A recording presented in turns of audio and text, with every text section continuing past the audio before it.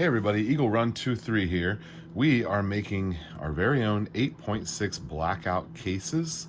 This is new Starline brass that is sized for 6.5 Creedmoor, and I think that's going to work for us. So here is one that I have made, and I'm going to run you through the process right now. It's actually not too bad once you've got everything that you need. I showed you the jig a couple videos ago. Refer to the 8.6 Blackout playlist. The jig is in there. We talked about that. We also talked about this Harbor Freight Drill Master little chop saw here, Starline brass, and then the only thing you need other than that is chamfer deburr tool and a case trimmer. We've got this Hornady case trimmer that came in. The only thing you need to know about this is that you must use Hornady branded shell holders. I did not have a Hornady shell holder. I had a couple of these Lee ones that came in my 8.6 Blackout dies. They do not work with the Hornady specific turner, so I had to go pick up one of those. But let me run you through here on the cases. We're gonna chop a couple of cases. Here's what they look like after they're chopped. Let me chop one here for you, and I'll show you how this works. There's a little ball detent that holds that in the same place each time. Now there is a little bit of play in here, but you'll get the you'll get them square whenever you turn them on your Hornady.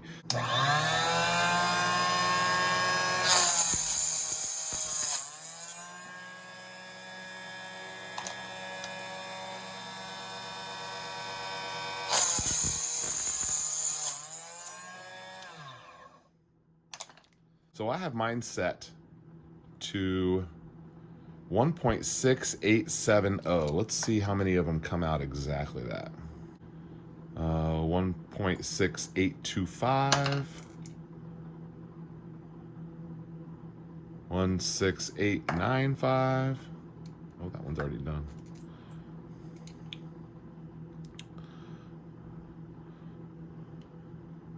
There's another 1.685.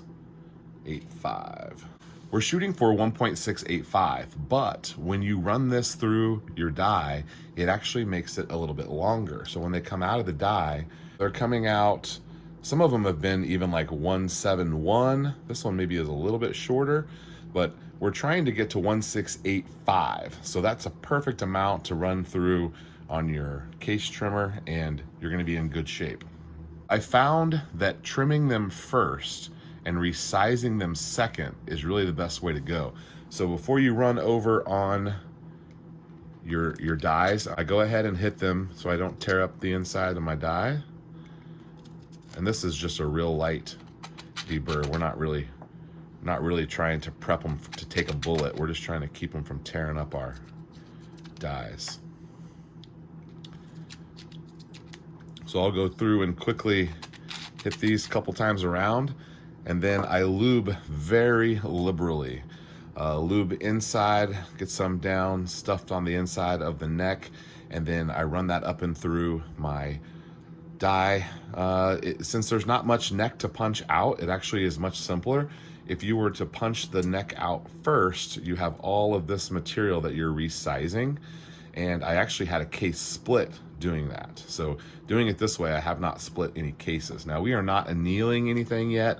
Annealing will be coming later on. Once we get a little further along in our reloading process here, I'm gonna add an annealer to my toolbox. We are not able to anneal anything. So once they go through there, they come out like this, and I noticed that this neck is not perfectly flat on top, but we can fix that over on the case trimmer. So I don't really know how you're supposed to set this up, but I'll tell you how I did it.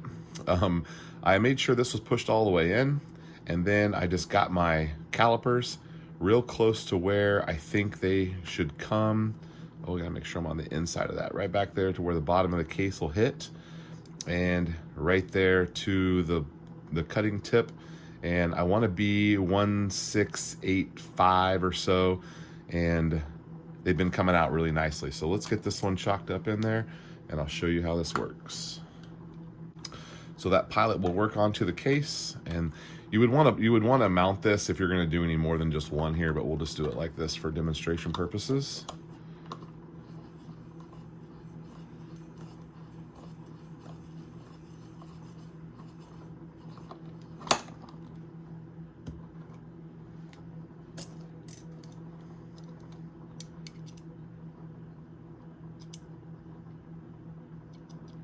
Okay, and we're coming out right where we need to be. That one's maybe a little bit short, but from best I can tell, these have been plunking in my barrel just fine. So best I can tell, that's going to be just fine. 168, really we want to be 1685. So I'm a little short. Now I can make a small fine adjustment right here by just pulling that out a little bit, and we can see how that goes. So after the case has been trimmed, we're going to chamfer for real this time, because we're going to be getting a bullet in here next time this guy goes on the press. So I've been kind of dreading this process, but I've actually found it to be quite enjoyable. In fact, when I came out here tonight, I sat down and said, you know what, I think I'm gonna make 100 cases real quick. So I think I can make 100 cases in maybe an hour, hour and a half, but I'm gonna get back to work. But just wanted to make sure you knew how I was making my cases. And we'll be shooting these and testing them soon. I don't wanna make too many of them until I know that everything is working. But I think everything's going well so far. All right, Eagle Run 23, thanks for watching.